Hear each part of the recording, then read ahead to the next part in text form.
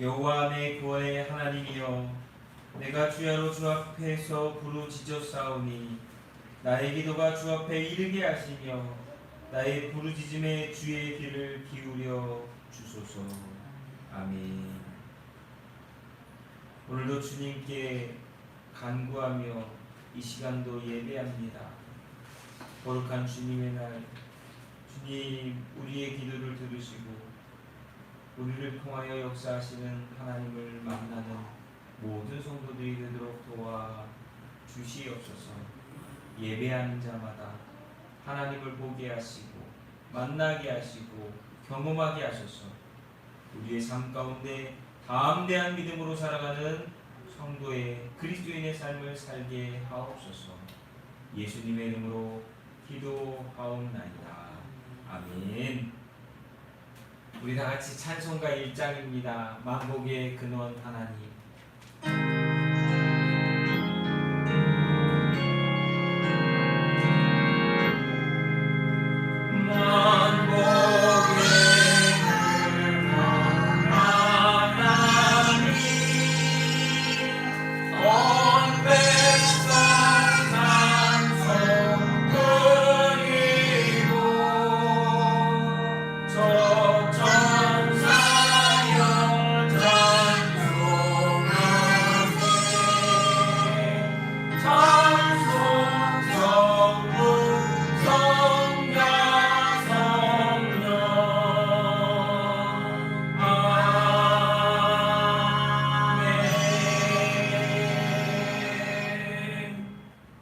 여러분들 가지고 계신 찬송가 대교동문 79번입니다.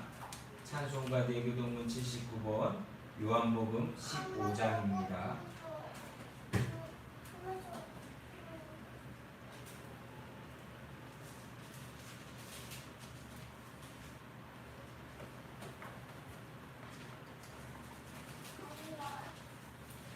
찬송가 뒤에 교동문 79번, 요한복음 15장입니다.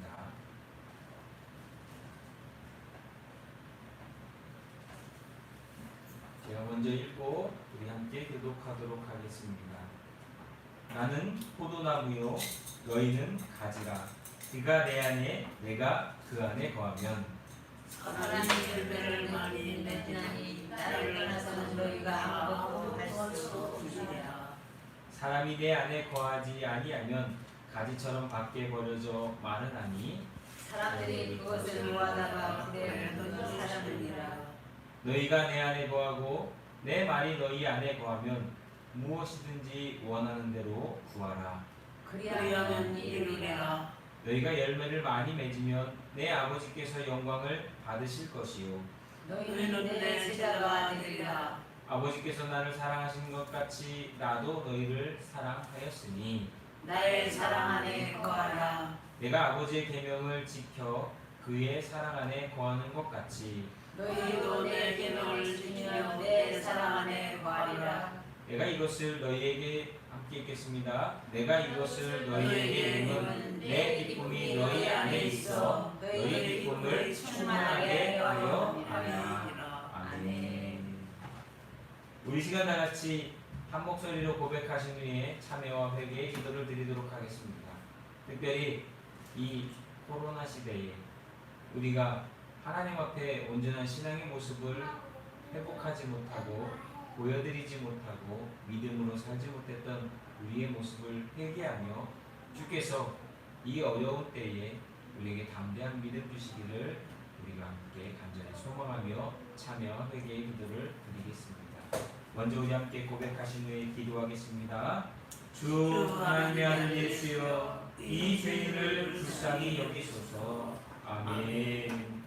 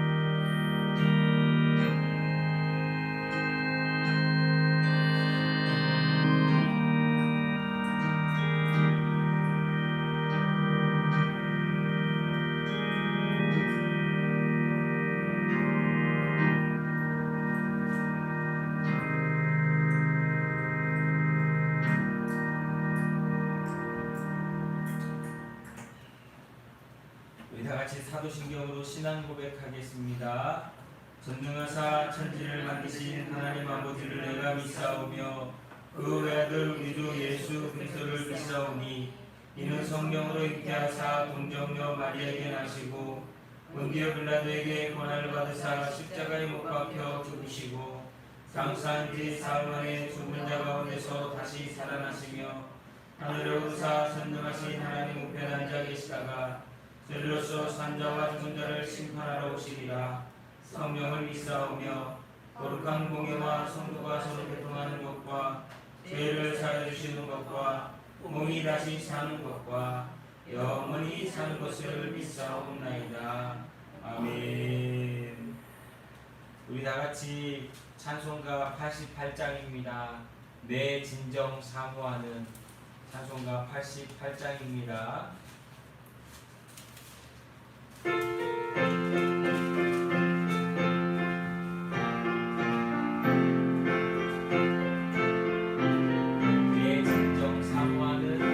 내 진정 사모하는 친구가 되시는 구주 예수님은 아름다워라. 산 밑에 백합하여 빛나는 새벽별 주님 영원한 기라 주옵도다.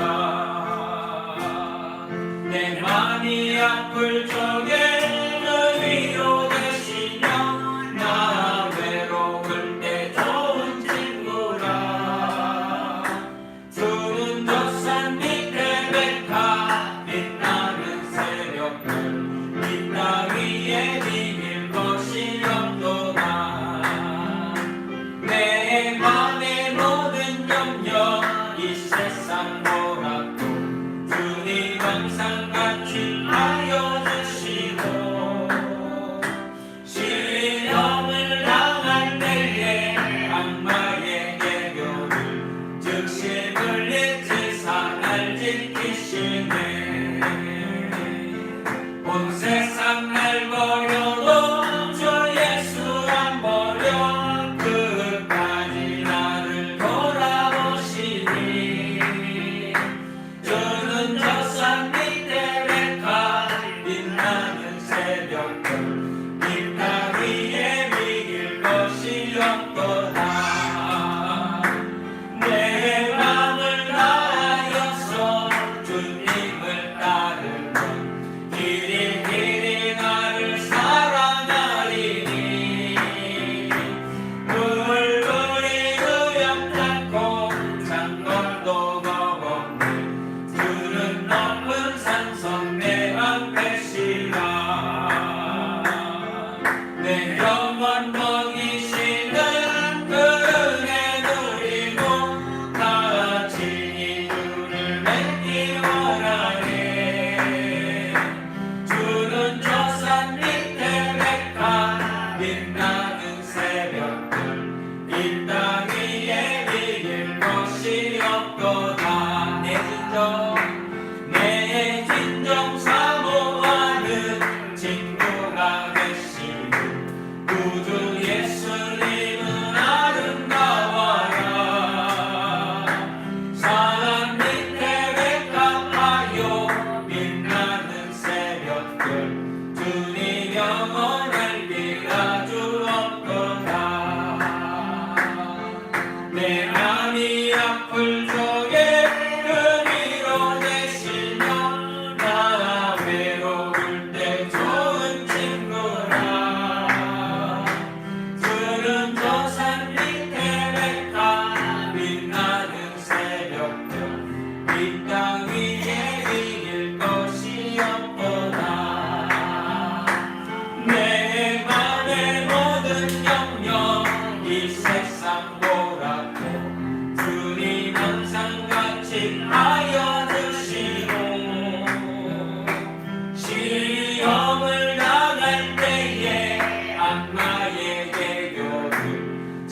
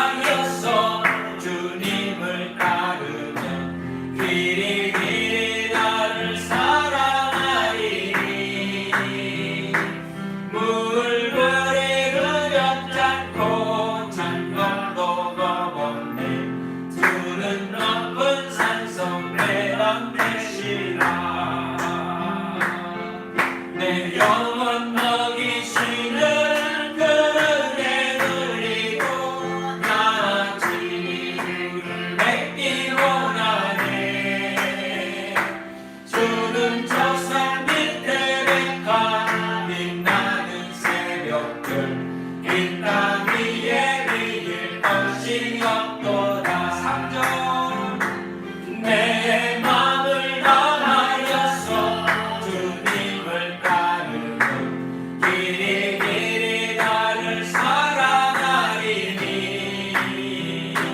물 그리 두렵지 않고 잠깐도 가본데 주는 높은 산성 내 방패시라 내 영혼 먹이시는 그 은혜 누리고 나 진리 주를 뵙기 원하네 주는 저 산 밑에 백화 빛나는 새벽별 인간 위에 이길 것이 없도다 주는 저 산 밑에 백화 빛나는 새벽별 이 땅 위에 이길 것이 없도다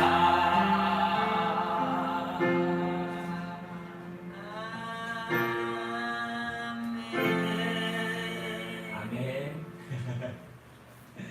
우리 찬송 한 장 더 하겠습니다. 찬송가 410장 내 맘에 한 노래 있어. 찬송가 410장 내 맘에 한 노래 있어.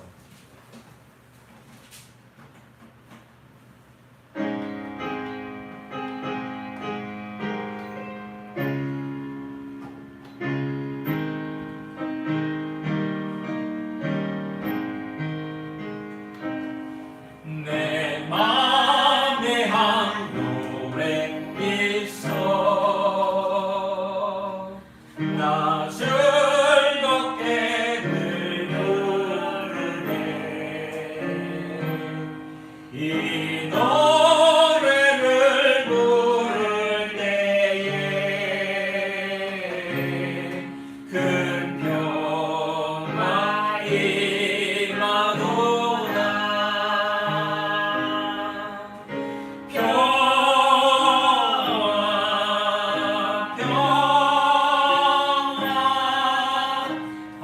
하나님 주신 선물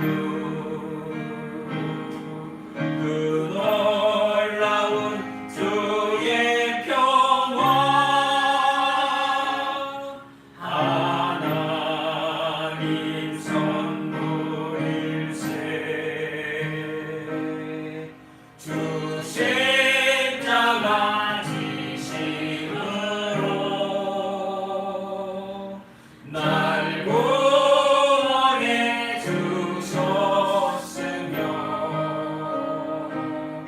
주 예수님 고난마다 나 평화 누리노라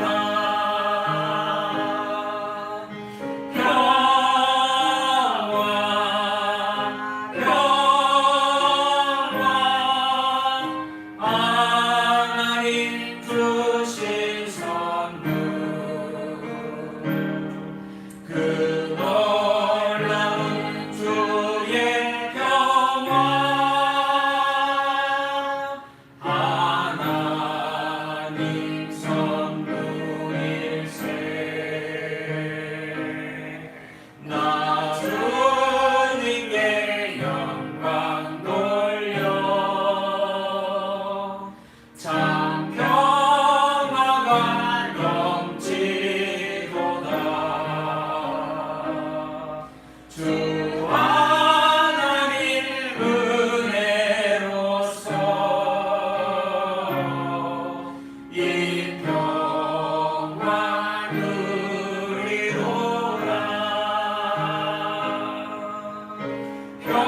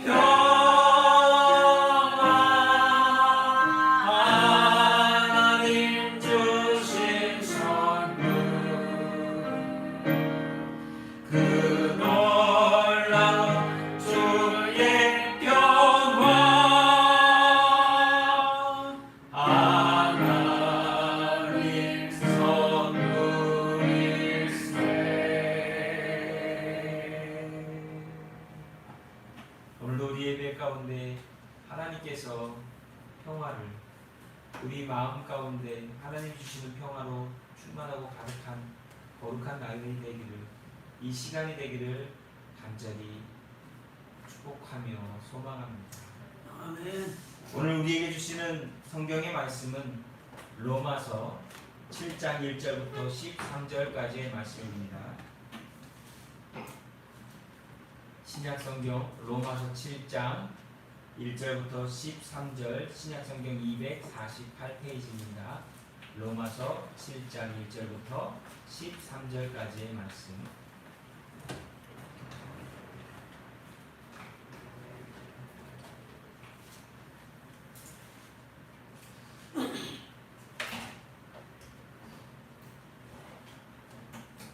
신약성경 248페이지 로마서 7장 1절부터 13절까지의 말씀 다 찾으셨으면 우리 함께 읽도록 하겠습니다. 함께 읽겠습니다. 형제들아, 내가 법 아는 자들에게 말하노니 너희는 그 법이 사람이 살 동안만 그를 주관하는 줄 알지 못하느냐. 남편 있는 여인이 그 남편 생전에는 법으로 그에게 매입가 되라. 만일 그 남편이 죽으면 남편의 법에서 벗어나느니라. 그러므로 만일 그 남편 생전에 다른 남자에게 가면 음녀라. 그러나 만일 남편이 죽으면 그 법에서 자유롭게 되나니 다른 남자에게 갈지라도 음녀가 되지 아니하느니라. 그러므로 내 형제들아, 너희도 그리스도의 몸으로 말미암아 율법에 대하여 죽임을 당하였으니 이는 다른이 곧 죽은 자 가운데서 살아나신 이에게 가서 우리가 하나님을 위하여 열매를 맺게 하려 함이라.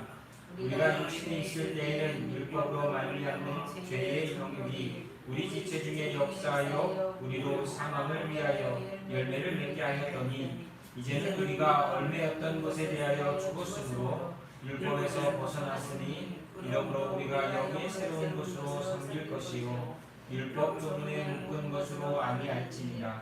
그런즉 우리가 무슨 말을 하리요? 율법이 죄냐? 그럴 수 없느니라. 율법으로 말미암지 않고는 내가 죄를 알지 못하였으니 곧 율법이 탐내지 말라 하지 아니하였더라면 내가 탐심을 알지 못하였으리라. 그러나 죄가 기회를 타서 계명으로 말미암아 내 속에 온갖 탐심을 이루었나니 이는 율법이 없으면 죄가 죽은 것이라. 전에 율법을 깨닫지 못했을 때에는 내가 살았더니 계명이 이르되 죄는 살아나고 나는 죽었도다. 생명에 이르게 할 그 계명이 내게 대하여 도리어 사망에 이르게 하는 것이 되었도다. 죄가 기회를 타서 계명으로 말미암아 나를 속이고 그것으로 나를 죽였는지라. 이로 보건대 율법은 거룩하고 계명도 거룩하고 의로우며 선하도다. 그런즉 선한 것이 내게 사망이 되었느냐? 그럴 수 없느니라. 오직 죄가 드러나기 위하여 선한 것으로 말미암아 나를 죽게 만들었으되 이는 계명으로 말미암아 죄로 심히 죄되게 하려 함이라. 아멘.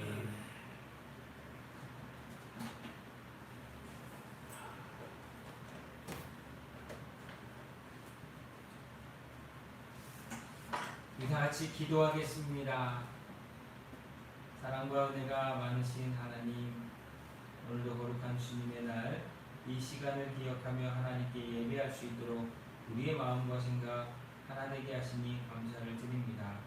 오늘도 예배하는 우리의 심령 가운데 하나님께서 주시고자 하는 은혜로서 충만하게 하시고 하늘로부터 부어지는 평화 가운데 사랑하는 성도들 한 사람 한 사람이 믿음으로 승리하며 살아갈 수 있는 귀한 삶이 되도록 주님 인도하여 주시옵소서. 주님, 오늘도 감사할 것이 있다면 너무나 많은 것 중에도 우리를 오늘 이 시간까지 인도해 주시고 붙들어 주신 것을 주님 감사합니다. 세상 가운데 있지 아니하고 세상에서 썩어지지 아니하고 세상에 취하지 아니하고 하나님께 예배할 수 있는 거룩한 믿음의 삶을 살아가도록 우리에게 은혜 주셨음을 이 시간도 감사합니다. 또한 먹을 것 입을 것 쓸 것으로 걱정하고 염려하지 아니하고 우리에게 맡겨주신 직장과 사업과 일터에서 우리가 감당할 수 있는 능력을 더하여 주시며 감당할 수 있는 은혜를 더하여 주심으로 말미암아 오늘도 먹고 마시는 삶 가운데 하나님 감사를 드립니다. 오늘도 우리가 하나님을 만나기 위하여 이 시간도 예배하지만 여전히 우리 외의 속사람에는 여전히 죄 가운데 물들어 있는 죄의 본성이 있음을 이 시간 회개합니다.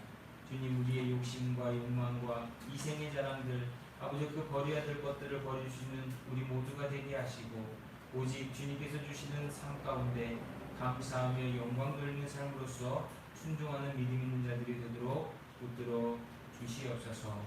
주의 주님, 저희들이 기도가 부족하여 하나님께 기도하기를 게을리할 때가 많았음을 이 시간 회개합니다. 기도를 많이 하고 적게 하는 이야기가 아니라 주님, 우리가 기도해야 되는 상황 가운데 하나님께 부르짖어야 되는 상황 가운데 있음에도 불구하고 우리의 나태한 신앙의 모습을 이 시간 회개하오니 주여 우리의 죄를 용서하여 주시옵소서. 또한 주의 말씀에 순종하지 못하고 귀 기울이지 못하고 내 맘대로 행동하며 살았던 시간들을 이 시간도 회개합니다.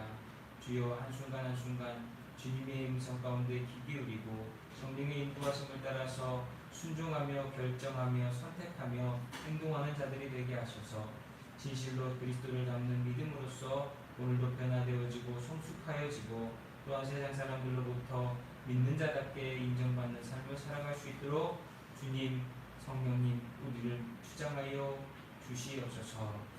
여전히 하나님 코로나의 문제가 해결되지 않고 있지만 주님이 또한 지나갈 것을 믿습니다. 알고 있습니다. 왜냐? 주님이 함께 하시며 주님께서 인도하고 계심을 저희들은 믿음으로 고백하기 때문입니다. 주여 우리의 삶 속에 더욱더 담대한 믿음을 갖게 하시고 정말 믿음으로써 하나님 앞에 날마다 보여드리며 우리의 선택과 결정된 삶의 모습들이 하나님을 기쁘시게 하는 삶, 정말 세상 사람들과는 다른 구별된 삶으로서 그리스도를 닮는 그리스도인답게 살아가는 믿음의 삶이 되도록 도와주시옵소서. 오늘도 예배하는 우리의 심령 가운데 간구하는 것이 있다면 주님, 이 사랑하는 성도들 한 사람 한 사람 믿음으로 더욱더 성장하고 세상 가운데 살아가지만 바른 믿음과 바른 삶으로서 하나님을 만나는 것인 줄로 믿습니다. 주여 우리 한 사람 한 사람 정말 이 기도의 제목을 놓고 기도하며 나아갈 때에 주님께서 붙들어 주시고 인도하여 주시고 주장하여 주셔서 정말로 감사하며 영광 돌리며 하나님 앞에 설 수 있는 믿음의 성도들이 되게 하옵소서. 오늘도 말씀에 은혜 주시고 말씀을 통하여 깨닫게 하시며 순종하는 믿음 있게 하시고 정말 하나님이 우리와 오늘도 함께 하시고 계심을 체험하며 경험하며 고백하며 감사할 수 있는 귀한 주의 날이 되도록 도와주시옵소서. 오늘도 감사합니다. 사랑하는 성도들 한 사람 한 사람 주께서 보호하고 계심을 믿고 감사하고 영광 돌리오며 우리 구주 예수 그리스도 이름으로 기도하옵나이다. 아멘.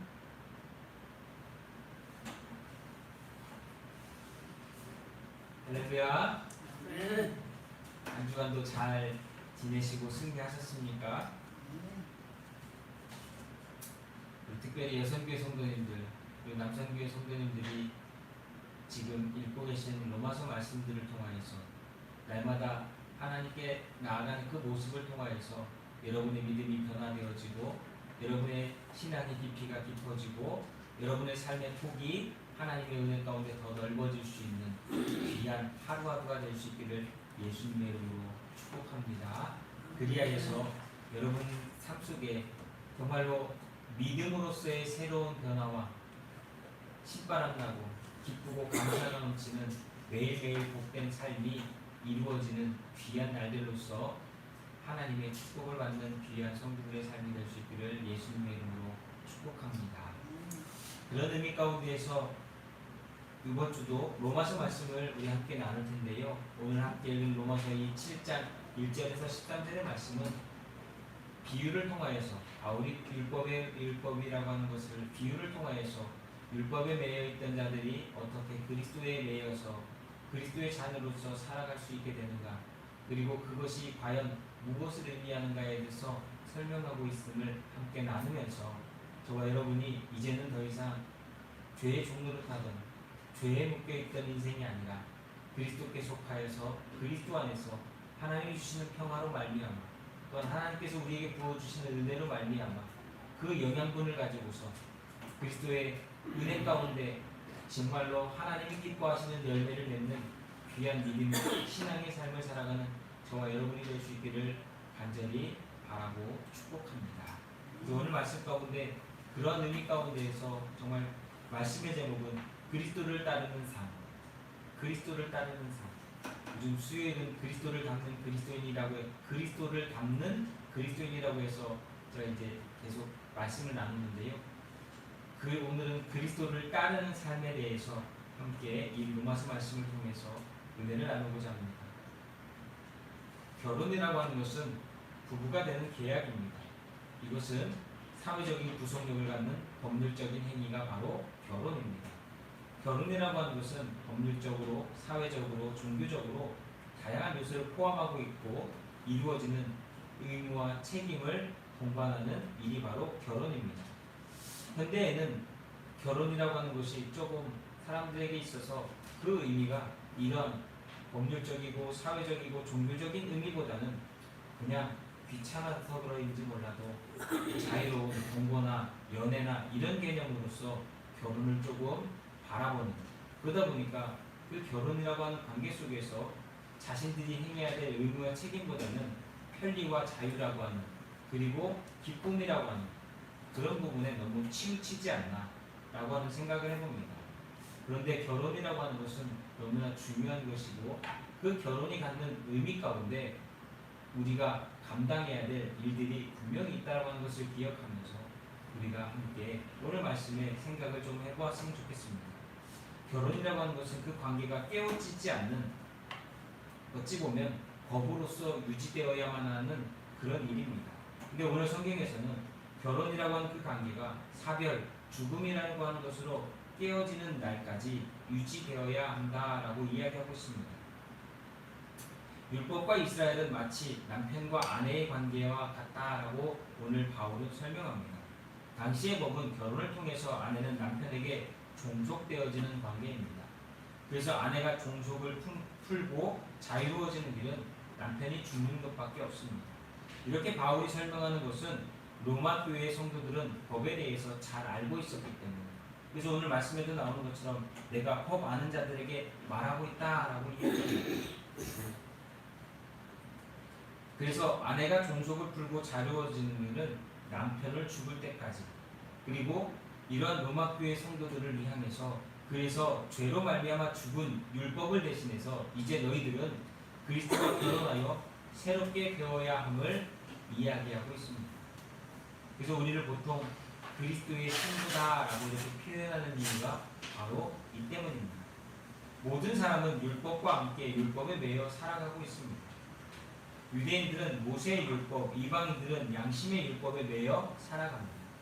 오늘 우리도 당연히 세상의 법에 매여 살아가고 있습니다. 율법에 매여 살면서 사람들의 고민은 율법이 하라는 것과 하지 말라는 것으로 분명히 구분해놨고, 또한 양심의 법에는 양심의 가책을 통해서 그것을 하지 말아야 될 때, 했을 때, 해서는 안 될 때 함으로 인해서 듣는 양심의 명령, 도덕의 명령을 따라 살지 못하는 사람들을 범죄한 삶의 모습으로 보면서 절망감을 느끼게 만들기도 합니다. 그래서 우리는 양심의 책망을 받을 때, 가책을 받을 때 그러지 말걸 하는 후회를 하기도 하고, 또한 율법을 안다면 율법에 하지 말라고 했는데 함으로 인한 내가 죄인이야 라고 하는 것을 깨닫기도 합니다. 그런 우리가 예수 그리스도를 만났습니다. 그래서 더 이상 율법에 묶이는 것이 아니라, 더 이상 죄에 속박받는 것이 아니라 십자가에서 죽으신, 우리를 대신하여 모든 죄를 대신하여 죽으신 그 예수 그리스도 때문에 이제는 더 이상 우리가 율법이 아니라 그리스도께 속한 자가 되었다라고 하는 것을 성경은 이야기하고 있습니다.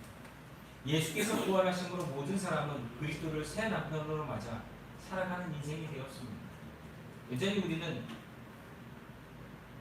과거의 율법에 묶인 모습처럼 살아가려고 하지만 성경은 우리에게 너희는 더 이상 죄인이 아니라 구원받은 사람들로서 그리스도와 함께 살아가야 된다라고 이야기하고 있다라고 하는 것입니다.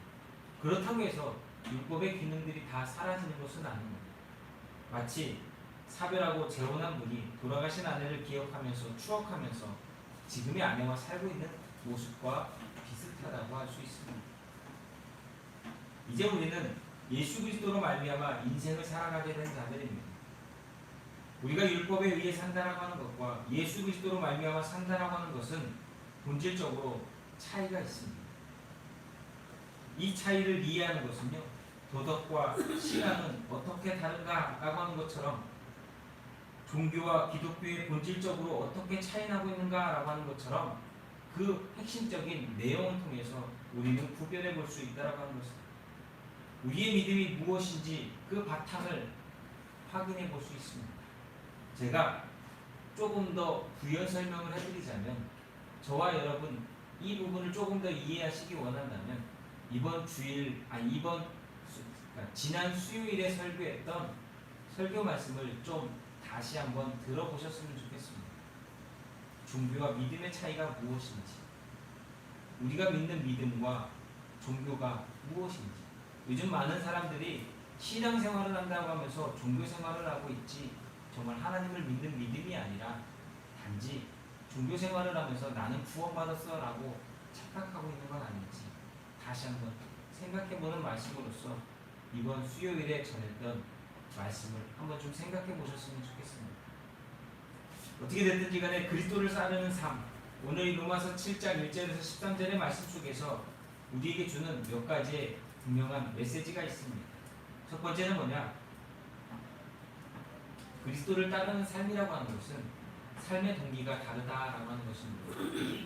우리가 율법, 도덕이라고 하는, 양심이라고 하는 것, 삶의 주인으로 믿고 살아갈 때에 그 삶의 동기가 있다면 그 동기는 오늘 말씀에 나오는 것처럼 육신적인 동기라고 할 수 있습니다. 5절 말씀을 보시면 우리가 육신에 있을 때에는 율법으로 말미암는 죄의 정욕이 우리의 지체 중에 역사하여 우리로 사망을 위하여 열매 맺게 하였다라고 이야기합니다.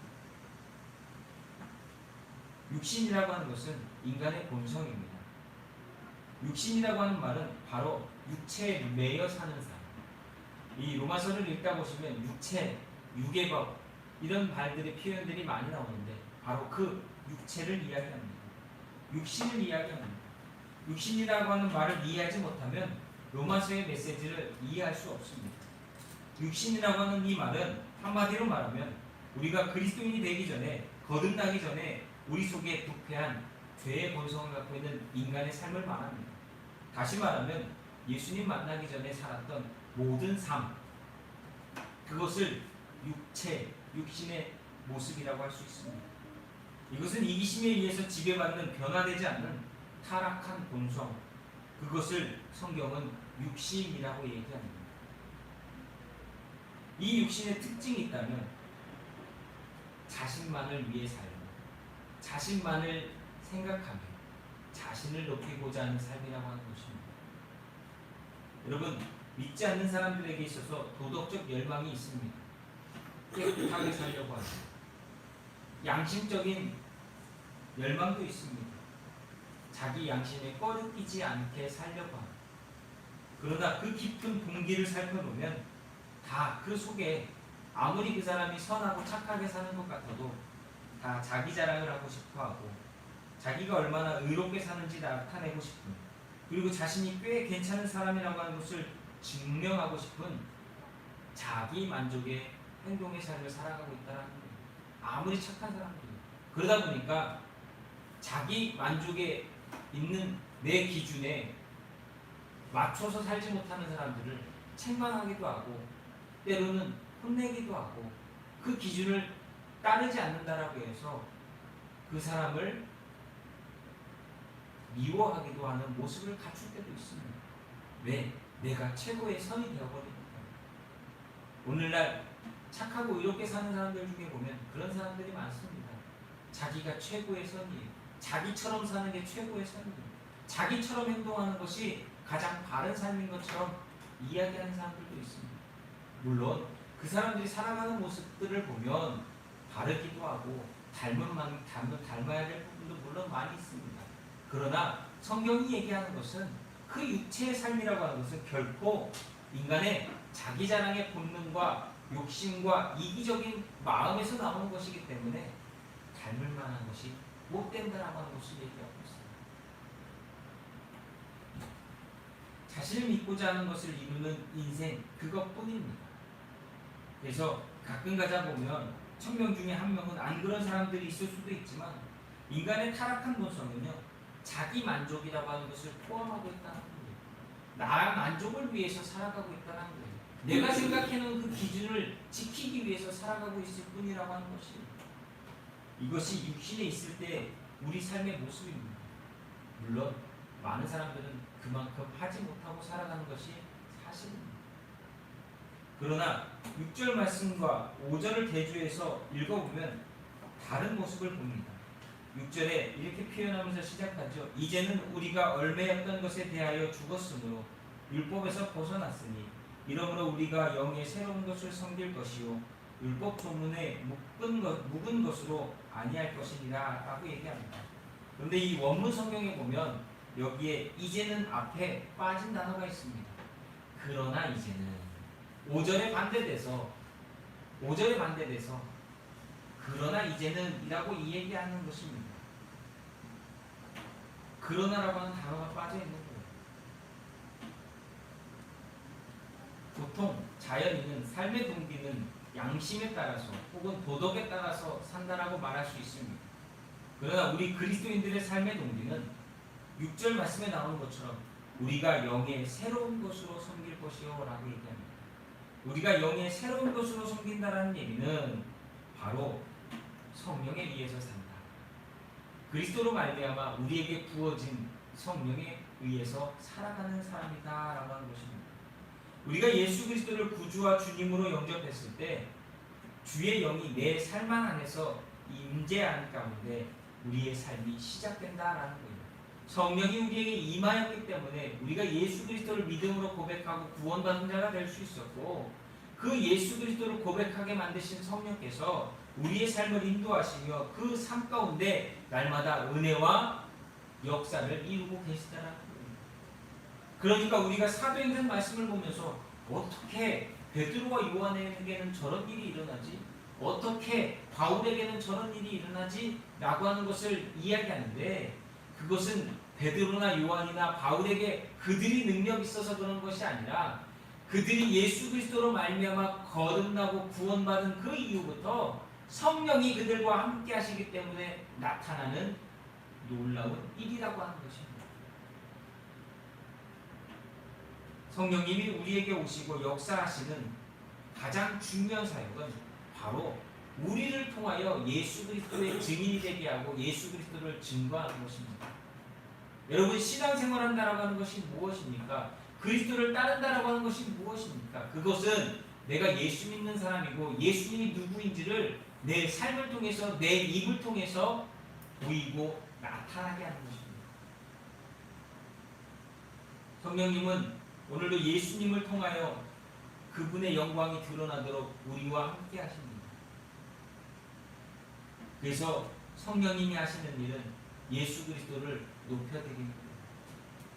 근데 육체의 일은 무엇입니까? 나를 높이는 거예요.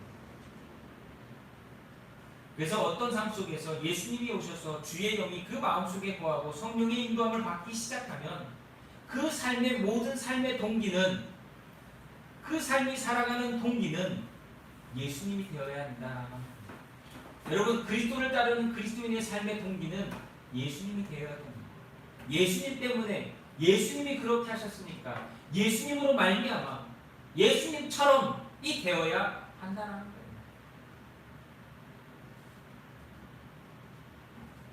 예수님처럼 생각하고 예수님처럼 살고, 형식이 아닌 예수께서 보여주셨던 것처럼 진심과 빚진 자의 마음으로 그리스도를 따르는 저와 여러분, 진짜 그리스도인이 되어야 될 줄로 믿습니다. 그리스도인은요, 도덕적이어야 합니다.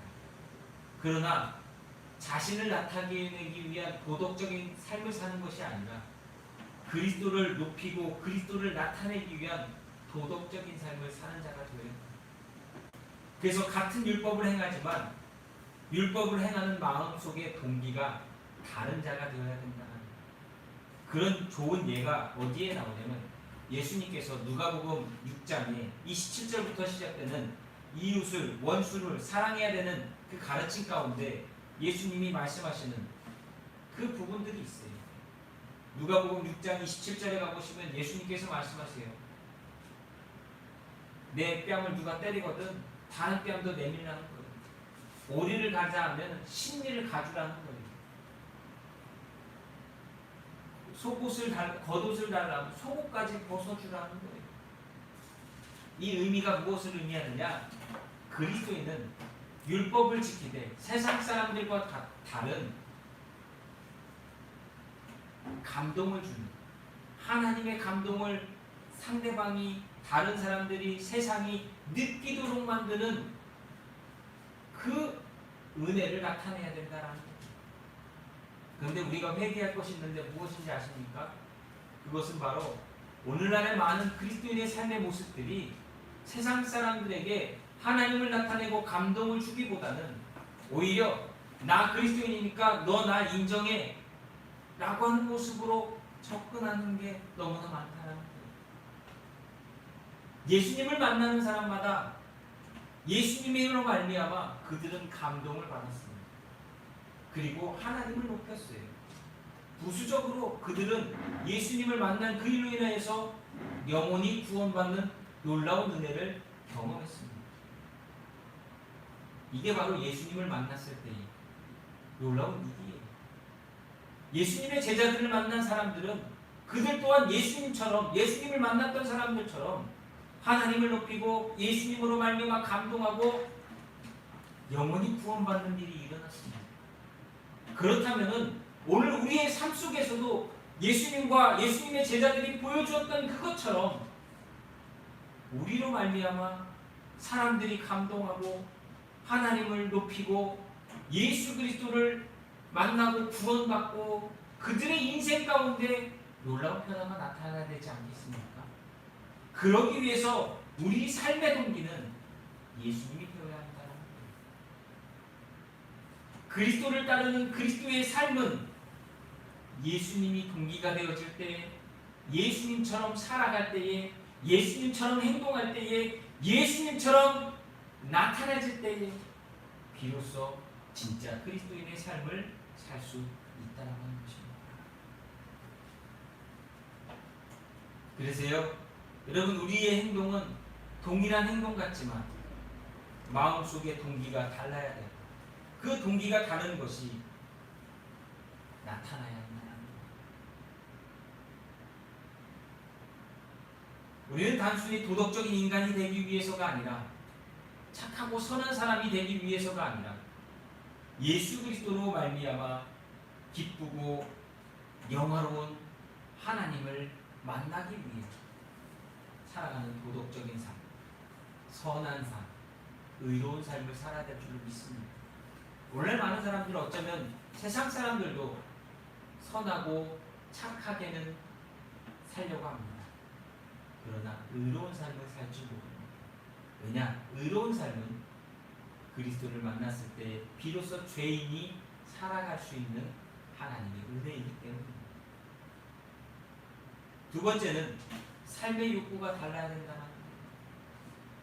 우리가 율법을 주인으로 하고 살 때는요, 우리 삶을 지배하는 욕구는 죄의 정욕입니다. 죄의 정욕. 죄가 우리 마음을 만져서, 죄가 우리 마음을 흐트러뜨려서 우리가 날마다 그 욕구를 채우고 마치 바닷물을 먹은 사람들처럼 더 그것에 빠져들고 더 그것을 심취하게 만듭니다. 그러니까 죄는요, 한 번 짓는 것이 어렵지 두 번, 세 번 짓는 것은 어렵지 않아요. 5절 말씀에 나오는 것처럼 우리가 육신에 있을 때에는 율법으로 말미암아 죄의 정욕이 우리 지체 중에 역사하여, 이렇게 표현하고 있습니다. 우리로 사망을 위하여 열매 맺게 하였던. 죄의 싹은 뭐지요? 사망이지 않습니까? 그 열매를 맺게 만든다는 거예요. 그런데 여러분, 우리가 기억해야 될 것은 하나님이 이스라엘 백성들에게 모세를 통해 주셨던 그 율법은 나쁜 것이 아니었습니다. 율법의 본질은 로마서 7장 12절에서 보는 것처럼 이로보건대 율법은 거룩하고 계명도 거룩하고 의로우며 선하다라고 바울이 정의한 것처럼 율법은 그 자체는 온전한 것이었습니다.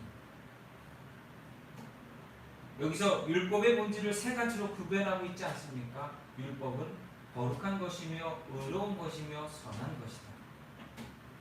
율법은 문제가 없어요. 문제가 뭔지 아십니까?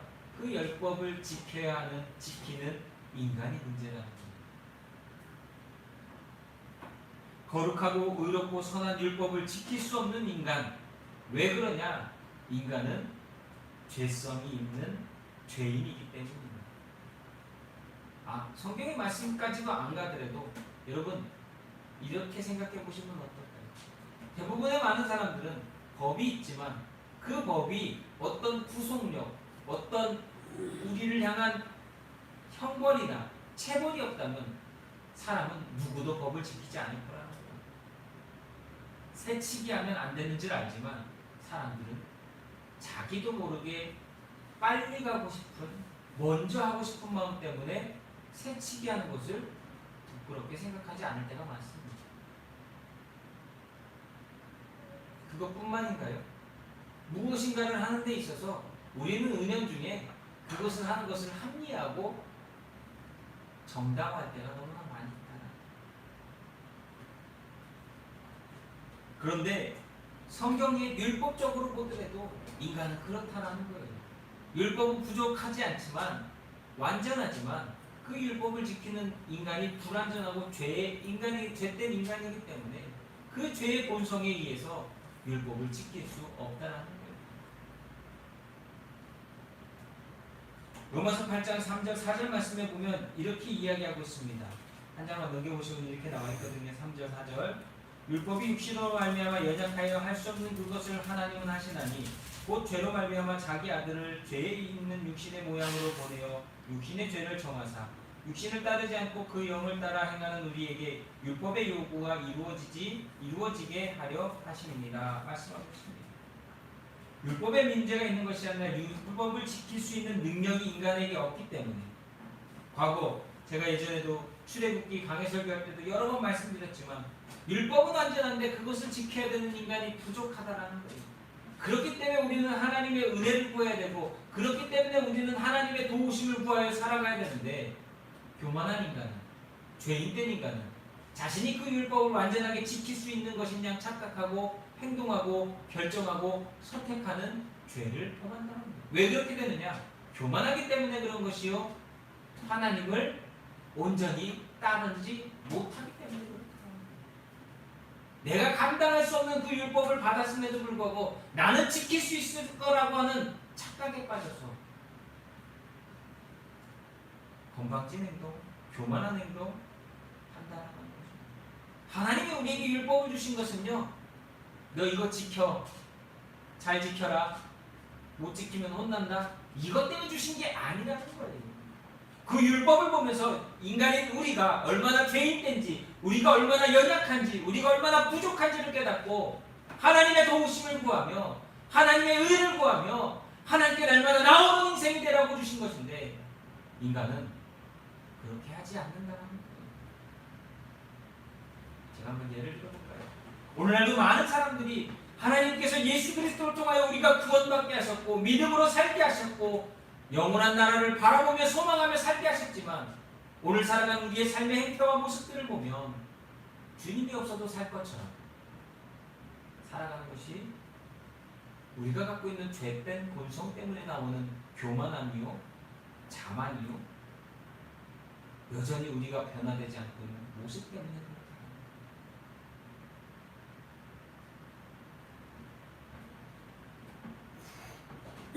인간은 타락한 본성 때문에 율법대로 살 수 없는 무능력한 존재입니다. 여러분 우리가 구원받았으나 오늘 내가 잘나서 구원받은 것도 아니고 예수님이 없다면 오늘 우리가 살아가는 삶은 엉망진창일 수밖에 없다라고 하는 것을 우리는 인정하고 오늘도 겸손해야 된다.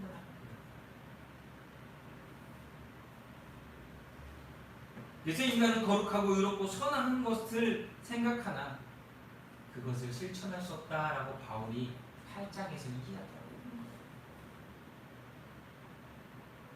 하나님 것보다 하지 말라는 것이 우리는 더 끌리지 않습니까?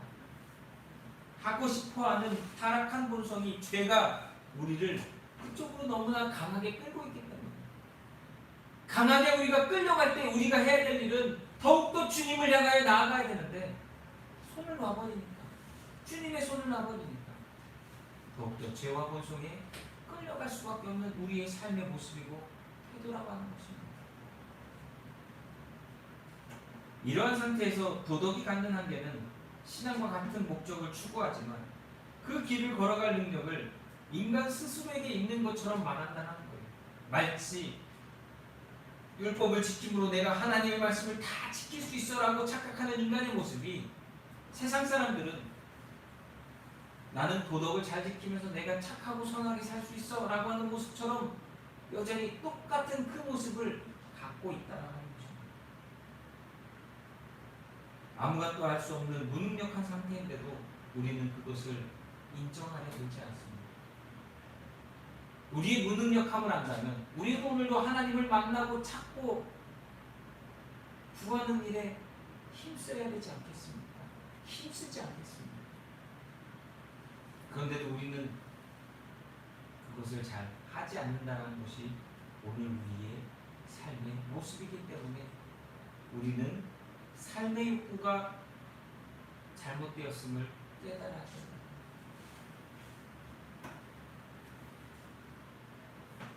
오늘 여러분 어떠한 마음으로 살아가고 계십니까? 예수께서 우리를 대신하여 십자가에서 죽으심으로 우리는 은혜와 사랑을 받은 자가 되었습니다. 그 은혜와 사랑받은 것을 가지고서 오늘 우리는 힘을 삼고 에너지를 삼고 능력을 삼아서 오늘 하루를 살아가야 되는 저와 여러분입니다. 육신에 빠져있던 자신을 버리고 그리스도께서 주신, 하나님께서 주신 그 은혜와 사랑의 힘으로 그리스도를 닮는 그리스도인으로 살아가는 것, 이것이 진정한 율법을 완성시키는 것이요 거룩하고 의롭고 선하게 살아가는 유일한 길임을 다시 한번 깨닫는 저와 여러분 오늘 이 시간이 되기를 간절히 바랍니다. 사도 바울은 8장 4절에서 이렇게 결론을 내립니다. 로마서 8장 4절 말씀에 보면 육신을 따르지 않고 그 영을 따라 행하는 우리에게 율법의 요구가 이루어지게 하려 하십니다. 성령을 따라 행하며 살아갈 때에, 그리스도를 닮는 삶을 살아갈 때에 우리는 여전히 부족하고 완전하게 지킬 수 없는 존재이지만 하나님의 은혜로서, 하나님의 역사하심으로써 하나님이 원하시는 그 의로운 삶을 살아가도록 인도하여 주신다는 것입니다. 여러분, 그리스도인은 더 이상 육신을 쫓는 사람이 아닙니다. 연약한 육신에 머물러 있으나 우리는 우리의 삶의 동기는, 우리의 삶의 욕구는 내 안에 거하시는 성령과 동행하며 그리스도를 따르는 삶입니다. 율법의 요구는 거룩하고 의롭고 선하게 사는 것이지만 오늘 우리에게 주어진 하나님의 요구는 의롭고 거룩하고 선하게 사는 것이 아니라 그리스도를 따라 살아가는 삶입니다. 예수님을 닮는 삶입니다. 저와 여러분이 율법을 따라는 살 수 없지만 예수님을 따라는 살 수 있도록 성령님이 오늘도 함께 하십니다. 그 성령님과 함께 그리스도를 따르는 삶으로서 오늘도 믿음 안에서 승리하시기를 예수님의 이름으로 부탁을 드립니다. 마지막으로 세 번째는, 그래서 예수 그리스도를 따르는 삶은 죄의 열매는 사망이지만 그리스도를 따르는 삶의 열매는 다르다라고 하는 것입니다. 육신에 있을 때 지배받고 있었던 죄의 정욕을 끊어버리면 우리는 더 이상 사망의 열매를 맺지 않습니다. 도덕적인 삶, 그걸로는 우리가 온전한 열매를 맺을 수 없습니다. 그러나 우리가 죽은 자 가운데서 살아나신 이 예수 그리스도로 말미암아 우리가 하나님을 위하여 열매 맺을 때 우리의 삶의 열매는 전혀 사망이 아닌 다른 열매를 맺게 될 것이다 라고 말씀하고 있습니다. 그것이 바로 갈라디아에서 나오는 말씀입니다. 갈라디아서 5장 16절 26절에 보면 육체의 일과 성령의 열매에 따라 살아가는 삶을 잘 설명하고 있습니다. 여러분 한번 갈라디아서 5장 16절 26절 말씀을 한번 메모해 놓으시고 꼭 읽어보셨으면 좋겠습니다. 제가 설명을 드리자면 이 한 주간 동안 갈라디아서 5장 16절 26절 말씀을 반복해서 일주일간 읽어보십시오. 큐티를 하고 읽어보시든 아니면 여러분 시간 나실 때 읽고 그 말씀을 한번 잘 마음에 새겨보십시오. 그것은 무엇이냐? 성령의 9가지에 대한 열매를 설명하고 있는 것이 바로 갈라디아서 5장 16절 26절 말씀입니다. 그 성령의 9가지 열매라고 하는 것은요, 우리가 보통 그것들을 하나하나 나누어서 생각하는데 그것은 하나하나 따로따로가 아니라 한 덩어리입니다. 그리스도인이라고 하는 한 인격체가 맺어야 되는, 열매 맺어야 되는 하나의 모습이라고 할 수 있습니다. 제가 이것을 좀 이해를 도우면 어떻게 도울까 생각해 보니까, 여러분 오미자 하면 5가지 맛이 난다고 해서 오미자 아닙니까? 향수하면 여러분 그 향수는요, 처음에 뿌릴 때의 향과 조금 시간이 지난 다음의 향과 그리고 더 시간이 많이 지난 다음의 향을 잘 나도록 섞어가지고 하나의 향수를 만듭니다. 그것처럼 그리스도인의 인격을 따르는 그리스도인의 모습은 바로 이 성령의 9가지의 열매가 하나로 뭉쳐진, 하나로 완성되어진 모습을 표현하고 있다고 하는 것이에요.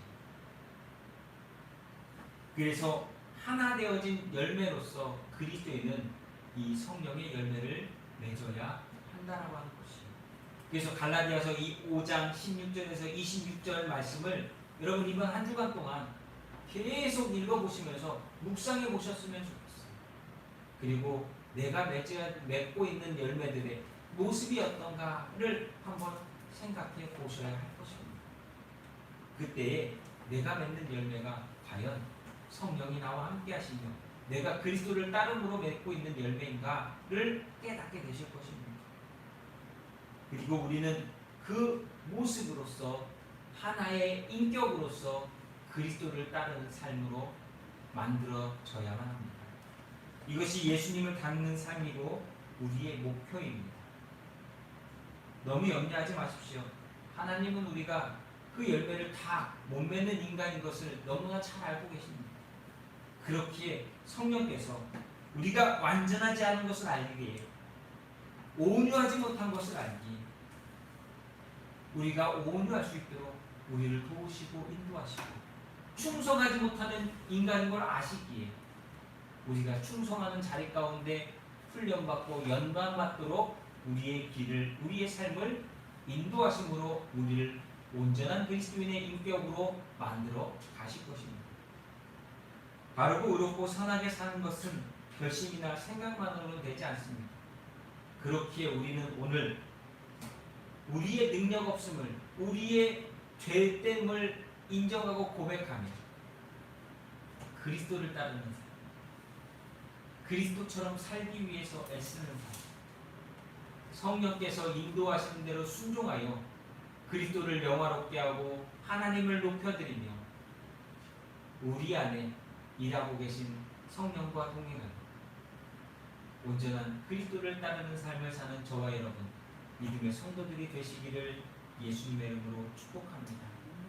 성령께서 여러분의 마음 가운데 감동 주실 때에 여러분의 자아가 아니라 그 음성에 귀 기울여 순종하고 믿음의 복됨을 누릴 수 있기를 예수님의 이름으로 축복합니다.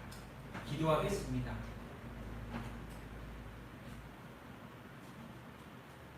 하나님, 우리는 율법의 요구를 지킴으로 하나님 앞에 서려고 하는 교만된 인간이었음을 이 시간 회개합니다. 할 수 없음에도 할 수 있는 것처럼 착각하고 내 자아가, 내 이기심이, 내 욕망이 우리 한 사람 한 사람을 붙들게 두었고 그 일로써 하나님 앞에 언제나 범죄하였던 죄인임을 이 시간 회개합니다. 선한 것, 착한 것, 의로운 것을 내 힘으로 할 수 있는 것처럼 교만했던 우리가 이제는 그 모든 것들을 내려놓고 성령의 인도하심을 받아 그리스도를 따르는 삶을 살기 원합니다. 그래서 주님이 주셨던 것처럼, 제자들이 보여주었던 것처럼 우리 또한 세상에 하나님의 은혜로서 사랑으로서 감동을 끼치며 우리를 통하여 하나님 영광 올려드리는, 하나님을 높여드리는, 주님만 증거되는 믿음의 거룩한 삶을 살아가는 우리 모두가 되게 하여 주시옵소서. 우리 빛교회 성도들 한 사람 한 사람 그리스도를 따르는 삶으로서 부족하지만 성령의 인도하심을 따라 순종하게 하시고 그 자리자리마다 귀한 열매들이 맺힐 수 있도록 주님 도와주옵소서. 연약하오니 주여 우리를 붙들어 주시고, 부족하오니 주여 알게 하시고 채워주시고 능력을 더하셔서 감당케 하여 주시옵소서. 오늘도 주님 그리스도를 따르기 위하여 힘쓰고 애쓰기를 다짐하는 심령마다 능력과 은혜를 주님의 제자들에게 부어주셨던 것처럼 충만케 하여 주옵소서.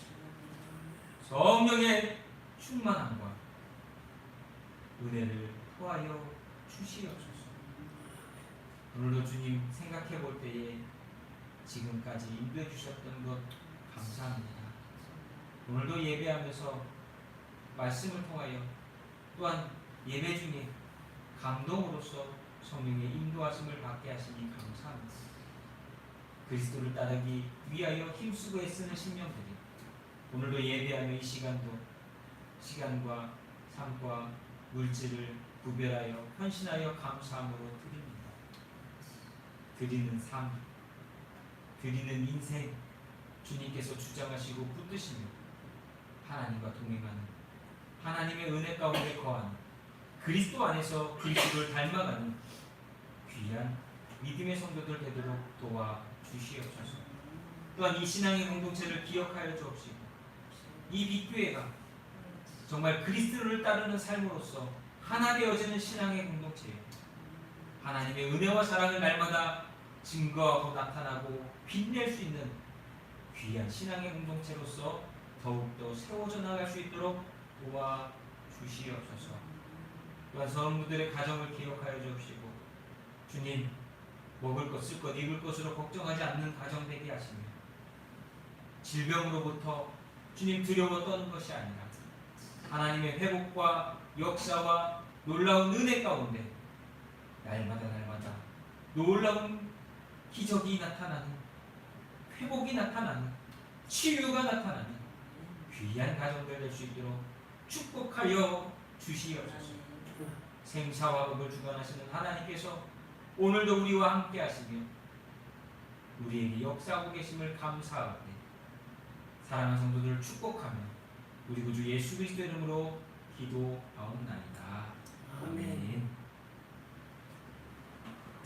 우리 찬송가 302장입니다. 내 주 하나님 넓고 큰 은혜는 찬송가 302장입니다.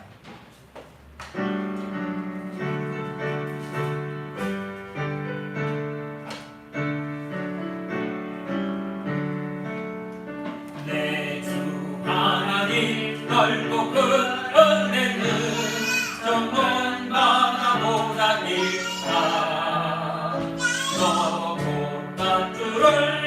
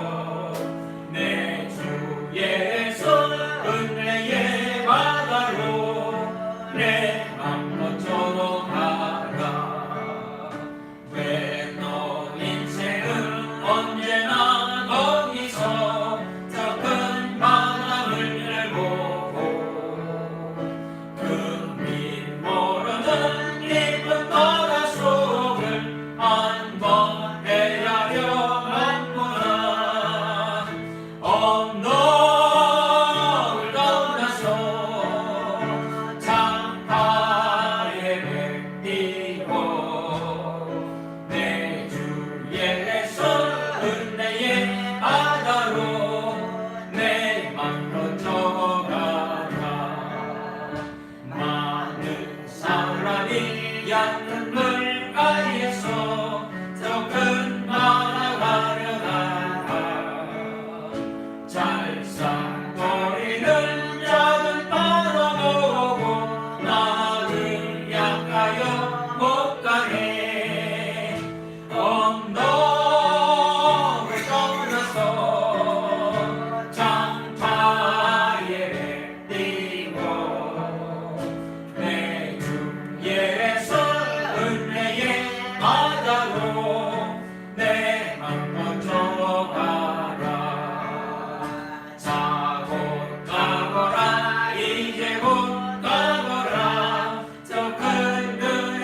나가 향해 자본내 너를 저 깊은 데로 가라 망망한 바다로 건너를 떠나서 창가에 댕기고 내 주 예수 은혜의 바다로 내 맘 먼저 가라. 아멘. 광고 말씀드리겠습니다. 정부에서 코로나 방역 단계를 연장했지요. 그래서 저희 교회도 또 이 예배를 비대면 예배를 2주간 또 더 연장하게 되었습니다. 그래서 여러분 믿음은 오늘 우리의 삶 가운데 하나님과 동행하는 것입니다. 우리 여러분의 삶 속에서 마치 여러분들이 구약 성경에 나오는 선지자와 같은 마음으로 주님과 동행하며 어려운 때를 이겨나가는 그런 성숙함과 발전과 변화가 이번 기회를 통하여 더욱더 나타납니다. 그리하기 위해서 말씀 가운데 귀 기울이며 기도하시고 하나님께 더욱더 구하고 찾는 귀한 삶을 이때 하실 수 있는, 여러분들이 어려운 때 우리가 하지 않으면 편안할 때 하지 않잖아요. 그래서 더욱더 힘쓰고 애쓰는 성도들, 그래서 한 주간도 승리하시는 모습으로 우리가 다음 또 예배드리는 그 시간까지 함께 하실 수 있었으면 좋겠고요. 또한 수요일날 예배 못 오시더라도, 예배 그 시간에 못 드리시더라도 이 방송을 통해서라도 설교 말씀을 다시 한번 들으시면서 은혜 받는 시간을 꼭 가지시기를 예수님의 이름으로 부탁을 드립니다. 우리 주님 다시 오실 때까지 파송 찬양하도록 하겠습니다.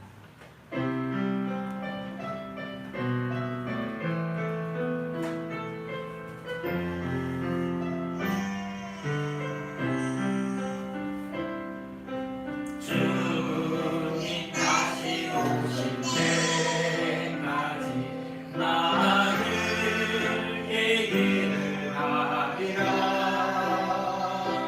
좁은 문 좁은 길 나의 십자가 지고 나의 가는 이 길 끝에서 나는 주님을 보리라. 영광의 내 주님 나를 맞아주시니 주님 다시 오실 때까지 나는 일어나 달려가리라. 주의 영광 땅 덮을 때 나는 일어나 노래하리. 내 사모하는 주님 온 세상 구주시라. 내 사모하는 주님 영광의 왕이시라.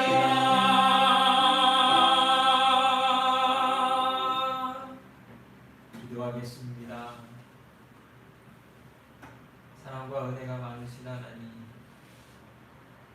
저희의 부족함을 아시오니 주님 우리를 불쌍히 긍휼히 여겨 주옵시고 우리의 허락되어진 인생 속에서 온전한 모습으로 그리스도를 따르는 삶, 진짜 그리스도의 삶을 살아가도록 축복하여 주시옵소서.